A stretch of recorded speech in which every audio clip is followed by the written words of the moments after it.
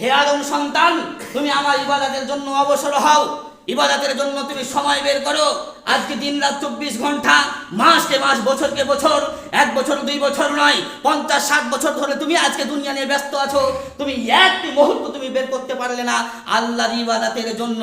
বলুন তো, যারা আল্লাহর এই কথাকে অমান্য করে আসছেন, আল্লাহ অর্ডার করছেন, হে আদম সন্তান, হে আদমের সন্তানেরা, তোমরা আল্লাহ আমার ইবাদতের জন্য কিছু সময় বের করো। দিন রাত 24 ঘন্টা, 24টি ঘন্টার ভিতরে 1টা ঘন্টা তুমি বের করতে পারো না নামাজের জন্য। চুলগুলো আজকে সাদা হয়ে গেছে, ধবধবে সাদা হয়ে গেছে, দাড়িগুলো সাদা হয়ে গেছে। বিখ্যাত কবি আইনুদ্দিন আল আজাদ বলেছিলেন যে চুলের রংটা বদলেছে তবু অভ্যাস বদলেনি, কণ্ঠের সুর বদলেছে তবু আমলটা বদলেনি। আমার আপনার কণ্ঠ ছিল উঁচু, আমার কণ্ঠ শুনে হাজারো যুবক আজকে মুগ্ধ হয়ে যেত। আমার আপনার কণ্ঠ আজকে এমন হয়েছে যে কণ্ঠ আজকে অনেকে ভালোভাবে বুঝতে পারে না। আমার চুলের রং ছিল কালো, আজকে সাদা হয়ে গেছে। আজকে আমার চুলের দাড়ির রং ছিল কালো, আজকে সাদা হয়ে গেছে। দেখেন, আপনার চুল সাদা হলো, আপনার দাঁতগুলো পড়ে গেল, আপনার কণ্ঠর পরিবর্তন হলো, এরপর আপনার পরিবর্তন হলো না। বলুন তো, আপনার যে পরিবর্তন হলো না, তাহলে কি আমি বলবো যে আপনি আখিরাতের জন্য চিন্তা করেন? তাহলে কি আমি বলবো যে আপনি কবরের জন্য প্রস্তুতি গ্রহণ করেছেন? তাহলে কি আমি বলবো যে আপনি পরকালের ভয় করেন? আজকে আমাদের কি অবস্থা? প্রত্যেককে আল্লাহ রাব্বুল আলামিন সময় দিচ্ছেন।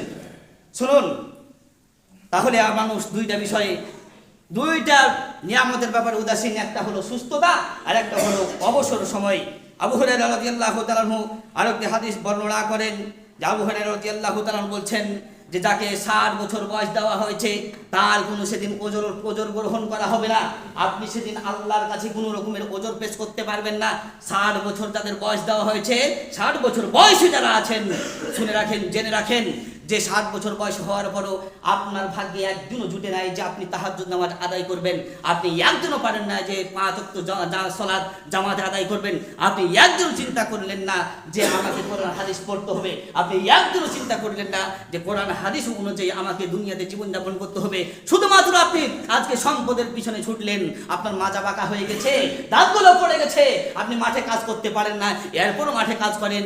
কিন্তু কথা হলো যে বাড়ির পাশে মসজিদ আছে, এখানে আসা যায়। তাহলে কি বুঝাচ্ছেন আপনি? 60 বছর বয়স তাদের হয়ে গেছে, 50 বছর বয়স হয়ে গেছে, এখনো মসজিদমুখী হননি আপনি। এখনো আপনি ইসলাম বুঝতে চাননি, ইসলাম কি জিনিস। এখনো দুনিয়ার মায়ে আপনি ব্যস্ত আছেন, দুনিয়াকে কামড়ে ধরে আছেন, আপনি দুনিয়ার কুকুর সেজে আছেন। আল্লাহর নবী সাল্লাল্লাহু আলাইহি ওয়াসাল্লাম উদাহরণ দিয়েছেন, কুকুরদের উদাহরণ, ওই সমস্ত লোকদের উদাহরণ, মুনাফিকদের উদাহরণ হলো এমন, দুনিয়া লোভীদের উদাহরণ হলো এমন যে তাদেরকে, কুকুরকে যদি তুমি বোঝা চাপিয়ে দাও, এরপরও কুকুর হাঁপাতে থাকে, সেজন্য কতই ক্লান্ত।